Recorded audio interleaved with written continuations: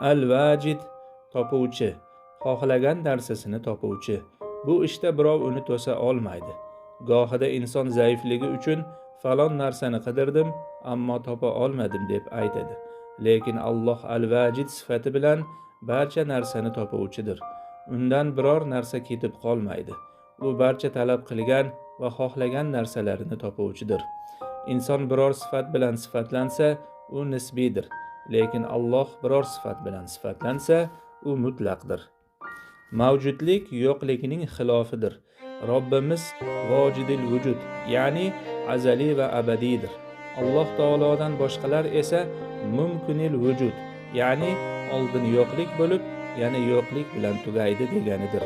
Alloh taolo al-Qodim, al-Baqi bo'lib, undan oldin ham, undan keyin ham hech narsa bo'lmagan. Al-Vajid nochor bo'lib qolmaydigan, behojat degan ma'noda ham keladi.